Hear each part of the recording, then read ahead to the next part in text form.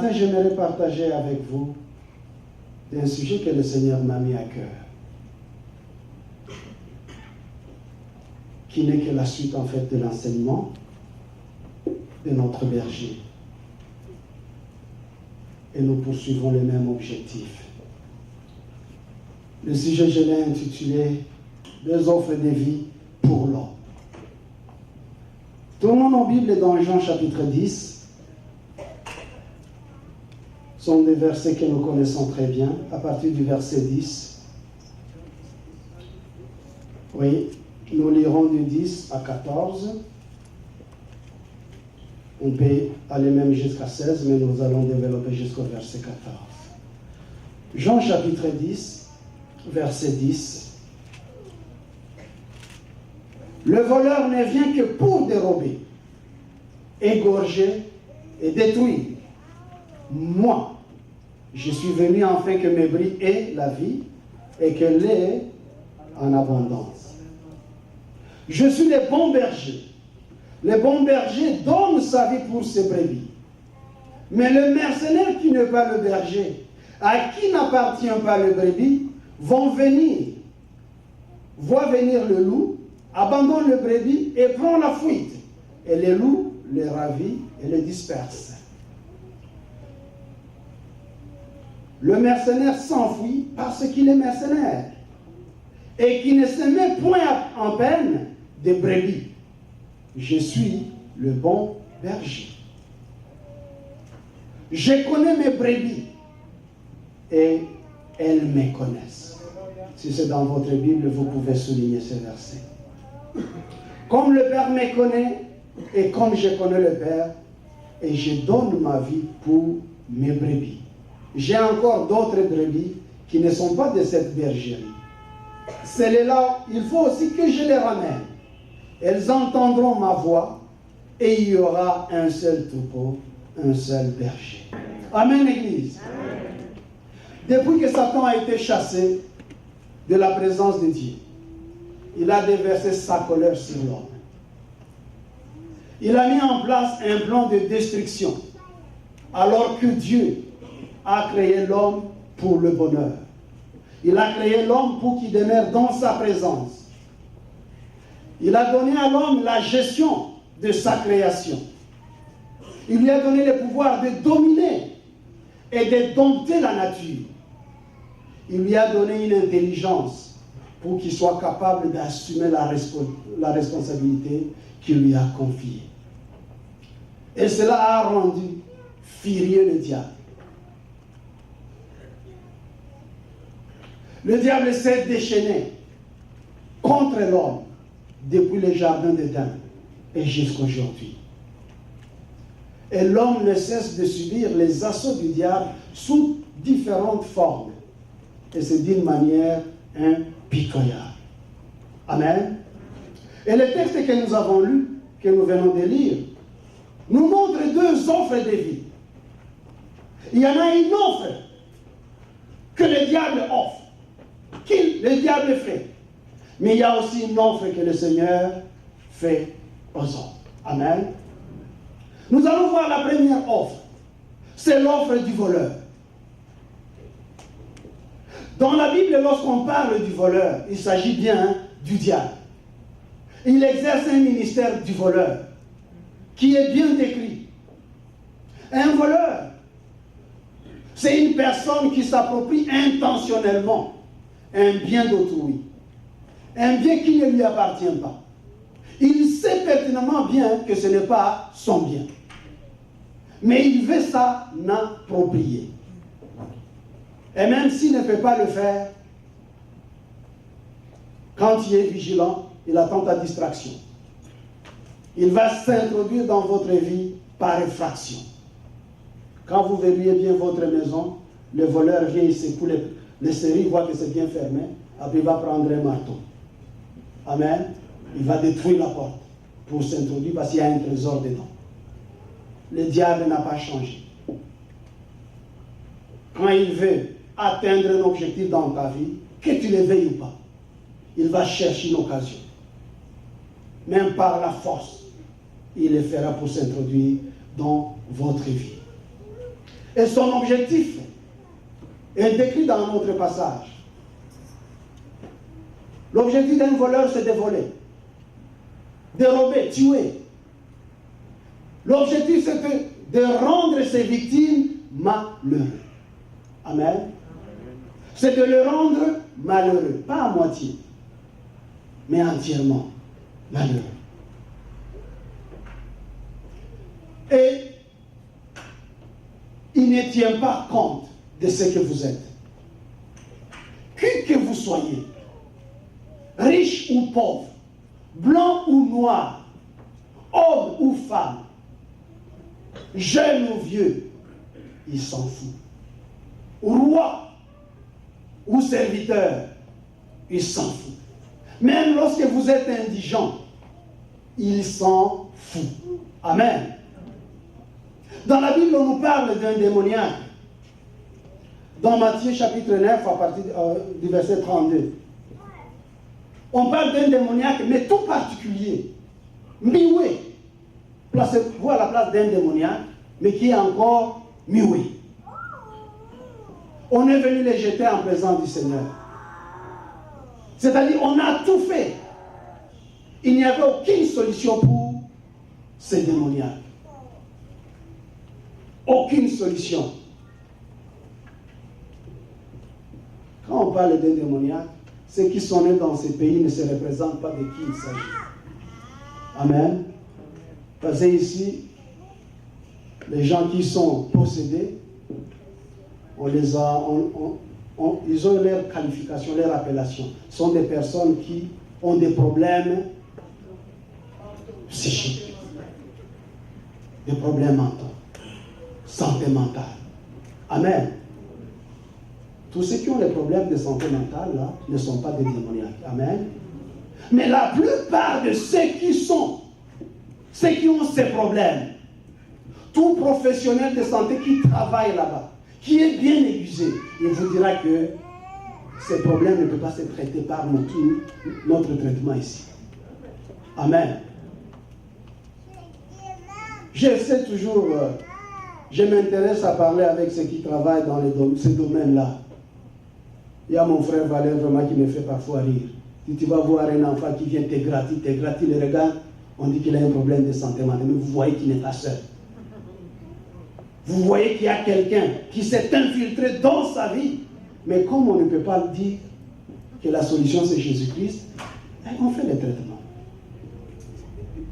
Amen. Le diable n'a pas eu pitié de ces malheureux. Non seulement il a rendu muet, il a volé l'usage de sa parole. Il a volé l'usage de la raison. Dieu merci. On est venu les placer sur le chemin de celui qui a la solution. Jésus-Christ lui a rendu la vie. Amen. Avant les démoniaques, il avait la vie. Mais quel genre de vie? La vie qu'il a eue avec le Seigneur Jésus-Christ, tout le monde a vu qu'il y a vie et vie. Amen. Je vous ai dit que le voleur ne tient même pas compte de ton rang social. La Bible nous parle d'un roi qui a été victime de l'intrusion du diable dans sa vie. Il s'agit du roi Akab. Et le diable l'a rendu meurtrier. C'est dans 1 Roi chapitre 21. Je vous encourage de lire ça à la maison. On n'a pas le temps. Le roi Akab, d'après tout, c'est un roi. Amen. Quand on parle d'un roi, on sait ce qu'il est. On sait ce qu'il a. C'est un homme riche. C'est un homme qui a le pouvoir, qui a l'honneur. C'est un homme qui a la gloire. Qui a tout. Qui a l'armée à sa disposition. Mais le diable n'a pas eu pitié de lui.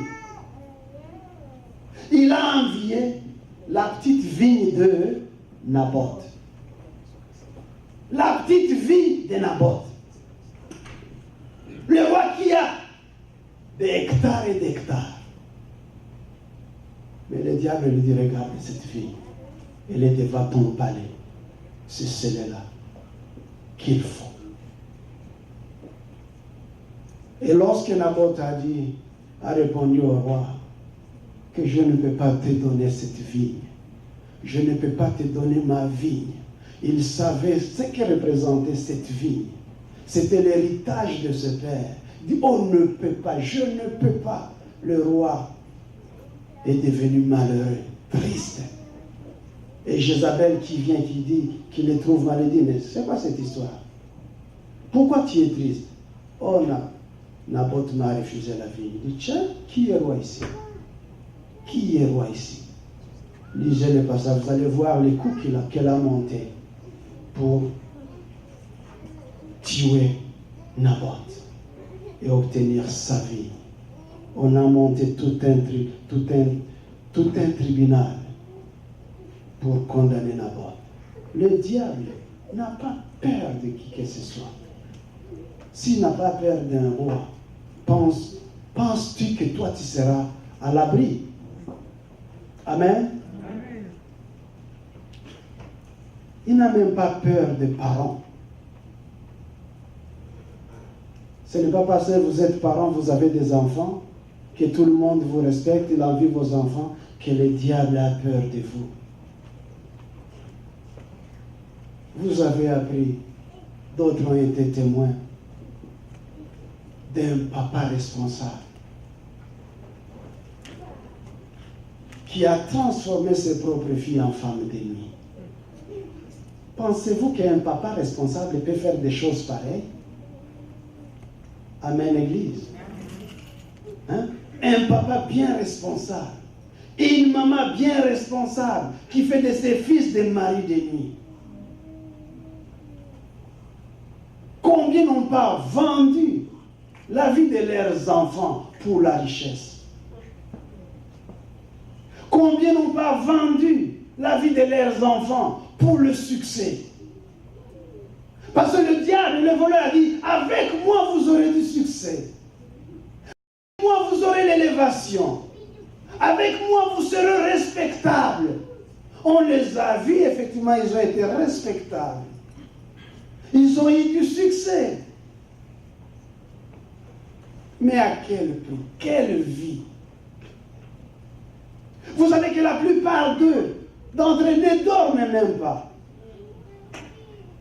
Quand il fait nuit, ça nous fait plaisir d'aller dormir, d'aller se reposer.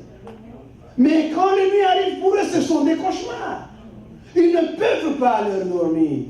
Il faut aller parfois à des endroits qu'on ne peut pas visiter la nuit.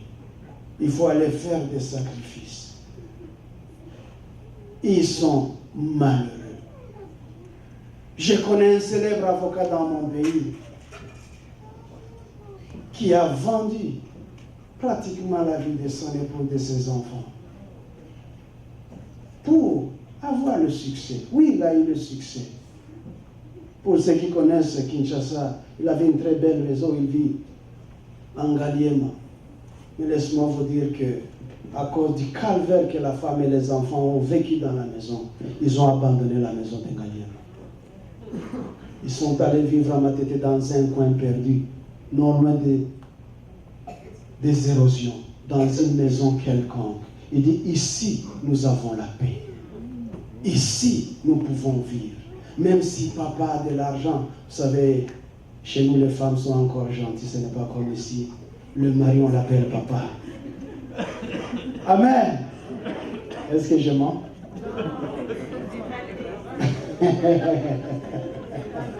Il dit, même si papa a de l'argent, mais on ne peut pas vivre avec lui. Amen. Malheureux. Le diable n'a même pas, il n'a pas peur de ton éloquence, de ton intelligence. Ça ne le fraye pas. Loin de là. Au contraire, ça l'attire parce qu'il sait que quand il t'aura eu, derrière toi, il va avoir d'autres. Des multitudes. Amen. Il n'a pas peur de ta beauté. C'est d'ailleurs elle qui l'attire davantage. J'ai connu une femme, c'est une mère d'un ami, j'en parle parfois en pleurant. On a grandi avec le frère, mais qui ne les enviait pas? Qui ne les enviait pas? La femme, c'était un bureau. qui est allé chercher des gris-gris pour avoir le cœur de son mari. Oui, il a eu le cœur de son mari. Mais aujourd'hui, elle est folle. Au moment où je vous parle, elle est folle. À l'époque, on dit qu'elle a la vie. Tous ont l'envie. On enviait les enfants. Mais placez-vous à la place d'un enfant qui voit sa mère folle.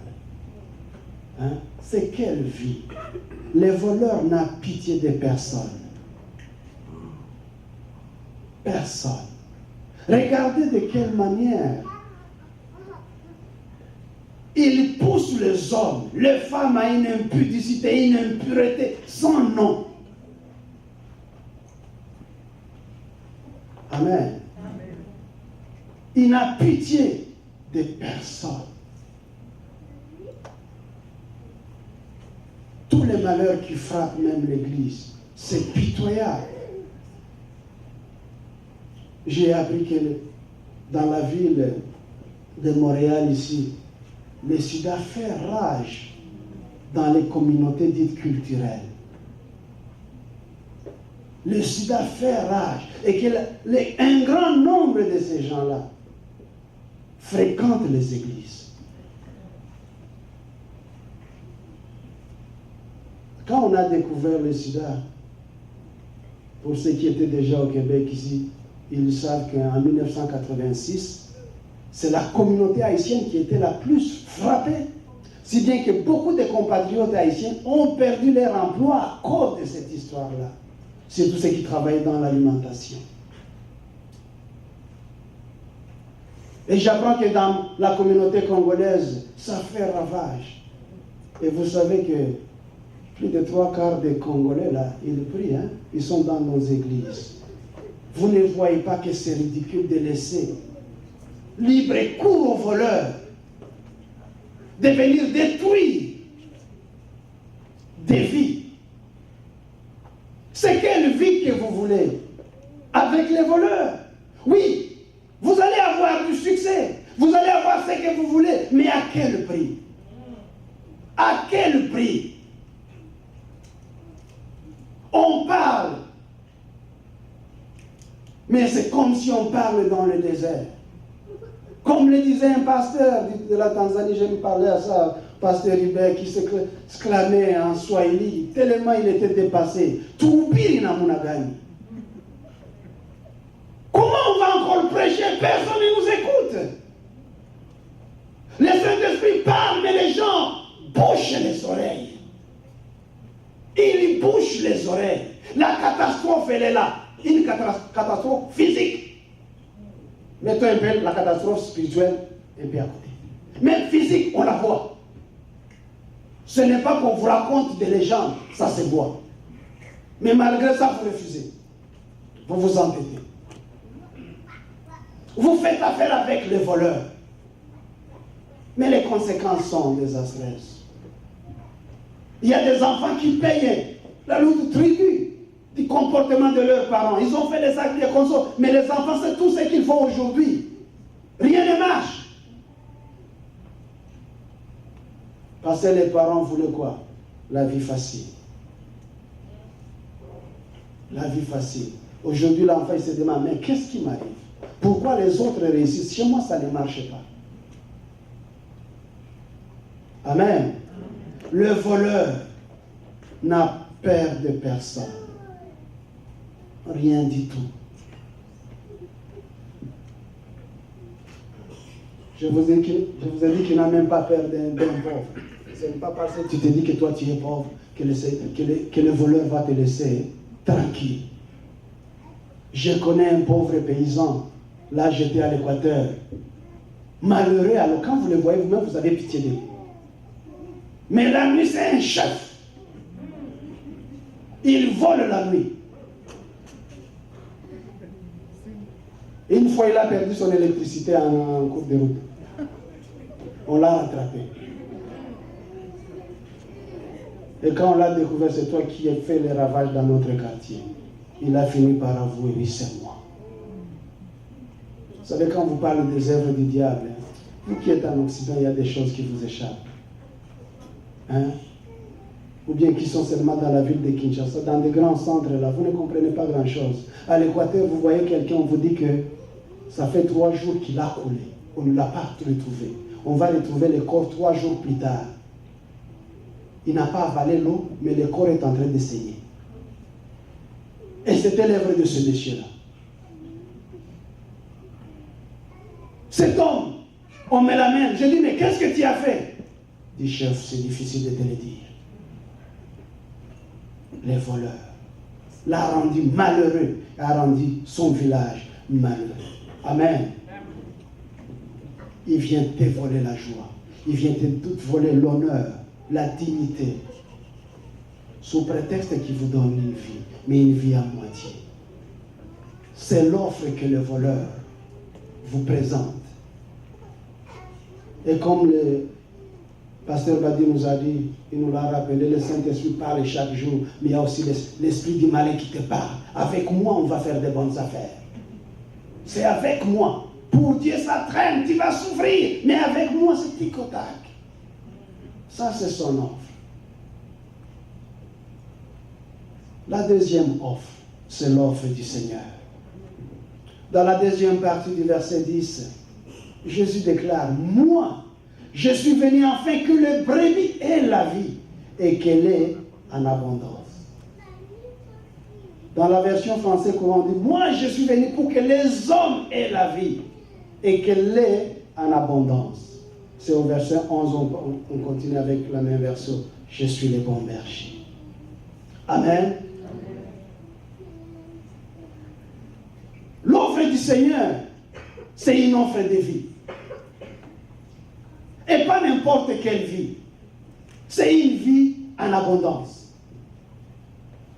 Et comme pour toute offre, c'est une offre qui ne vous impose pas. Il ne vous oblige pas. Tu es libre d'accepter l'offre ou de la refuser. Amen. Et cette offre-là, on ne l'accepte pas par la bouche. Parce que beaucoup de personnes, ils vous disent que j'ai déjà accepté cette offre, mais seulement au bout des lèvres. Ce n'est pas ça ce qui l'intéresse. Ce qui l'intéresse, c'est que tu acceptes cette offre-là avec ton cœur. Et pour l'offre du Seigneur, il n'exige même pas une vérification de crédit. Il n'y a pas de vérification de crédit. Il sait que ton crédit est mauvais. Hein? Ton crédit est pollué. Aucune banque ne peut accepter de te prêter son argent. Tu n'es même pas crédible. Mais lui dit, pas de vérification de crédit. Amen. Et tous ceux qui acceptent son offre, tous ceux qui acceptent son offre, non pas par la bouche, mais par le cœur, ce sont eux qui deviennent ses brebis. Amen. Ce sont eux qui deviennent ses brebis et il dit que je suis le bon berger. Amen. Je suis le bon berger. Le bon berger donne sa vie pour ses brebis. C'est pour cela qu'il a versé son sang. C'est pour eux qu'il a racheté. Ceux qui acceptent cette offre-là. Il dit que je suis leur bon berger. Et dans la Bible, quand on parle du bon berger, quand nous parlons dans l'Ancien Testament, quand on parle du bon berger, on parle directement de qui? De Dieu. Le Psaume 23 dit, je suis le bon, donc l'Éternel est mon berger. L'Éternel est mon berger. Et Jésus dit que je suis le bon berger. Il faut connaître ce berger. Je suis le bon berger. Et vous remarquerez, quand vous lisez le texte, à la fin, vers la fin, les Juifs ont pris les pierres pour lapider Christ. Parce qu'il s'est qualifié du bon berger. Ils connaissent la loi. Dans l'Ancien Testament, quand nous prenons le psaume 80, au verset 2, nous n'avons pas du temps. La Bible dit que Dieu est le berger d'Israël. Dans Ézéchiel chapitre 34, à partir du verset 11, la Bible déclare, car ainsi parle le Seigneur, l'Éternel. Voici, j'aurai soin moi-même de mes brebis. Amen. Dans Ésaïe 40, verset 11, nous dit, comme un berger, il paîtra son troupeau, il prendra les agneaux dans ses bras et les portera dans son sein. Il conduira les brebis qui allaitent. Donc c'est Dieu lui-même qui vous fait l'offre de vie. Christ, il vous fait cette offre-là. Il veut que vous puissiez l'accepter. Si vous voulez réellement qu'il soit votre berger. Son esprit vous dit qu'il faut accepter cette offre-là. Amen. Amen. Mais cela implique de petites vérités.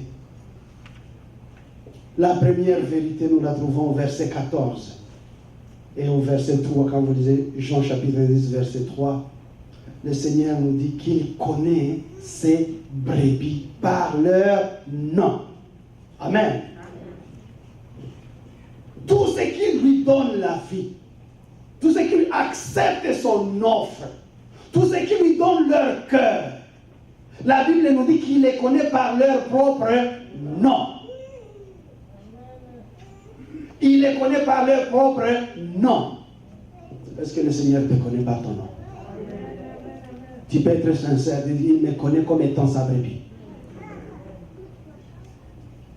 Amen. Il les connaît par leur propre nom. La deuxième vérité, on ne va pas insister là-dessus, le temps fait défaut, c'est que la brebis doit connaître son berger. Amen. La brebis doit connaître son berger. Toujours le verset 14 dit, je connais mes brebis et elles me connaissent. Je connais mes brebis et mes brebis me connaissent.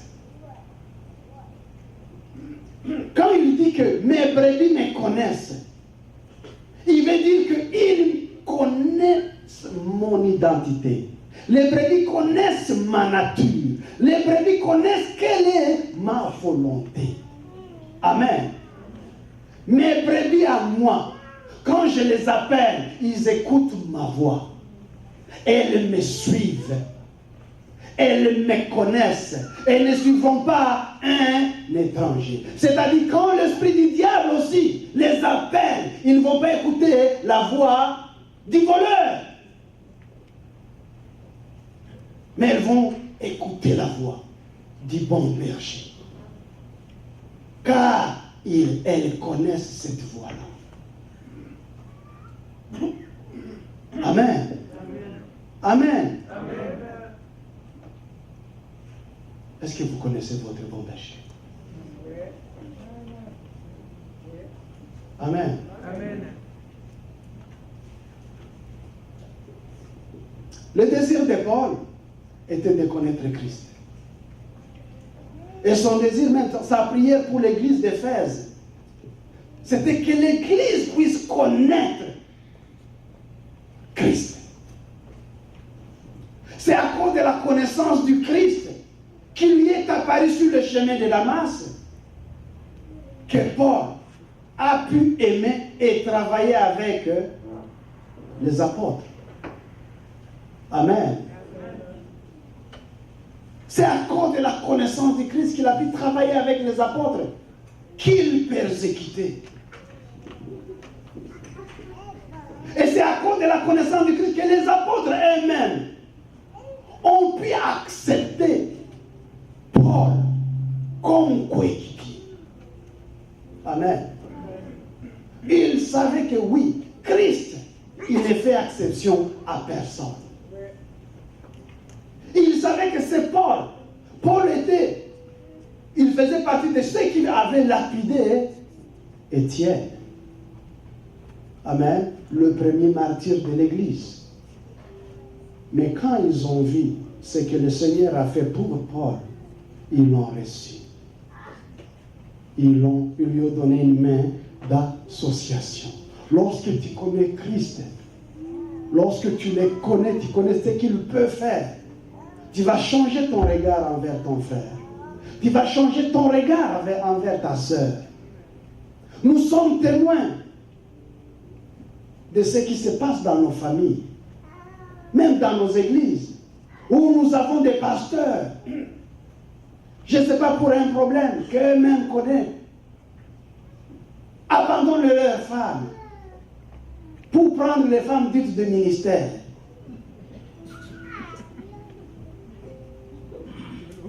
Est-ce qu'ils connaissent Christ? Amen. Est-ce qu'ils connaissent réellement Christ? On est prêt à inventer du n'importe quoi pour atteindre un objectif. Mais c'est l'œuvre du voleur. Nous voyons sous nos yeux des couples qui sont en train de se disloquer. Ça devient comme une épidémie. Et la plupart de ces couples, ce qui va vous surprendre, c'est parce que parfois il y a eu tout simplement un changement financier. Quand il n'y avait pas d'argent dans la maison, il y avait la paix. Il y avait la joie. On se mettait d'accord. Mais depuis que l'un a un salaire plus élevé, depuis qu'il y a de l'argent,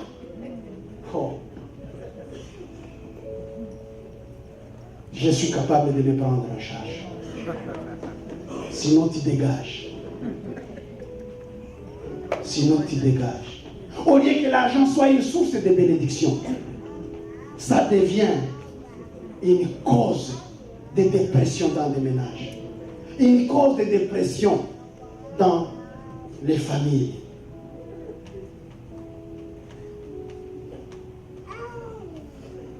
Bien-aimés dans le Seigneur, est-ce que connaissez-vous vraiment le bon berger? Je ne vous demande pas de me répondre par la bouche, mais que votre cœur puisse répondre. L'apôtre Jean nous dit dans 1 Jean chapitre 5 verset 20 qu'il est impossible de prétendre aimer Dieu que vous ne voyez pas. Si vous haïssez votre frère, que vous voyez, que vous connaissez. Et si vous ne pouvez pas supporter votre mari, vous ne pouvez pas supporter votre femme, vous ne pouvez pas supporter votre belle-mère, votre beau-père, vos enfants, parfois même vous ne pouvez même pas supporter votre pasteur. Est-ce que vous connaissez votre Dieu?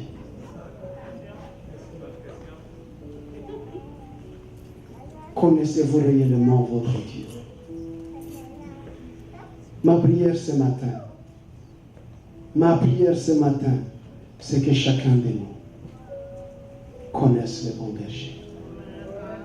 Car il nous dit, à la fin là, à certains dira, je ne vous ai jamais connu. Voudriez-vous être de ceux à qui il dira, je ne vous ai jamais connu?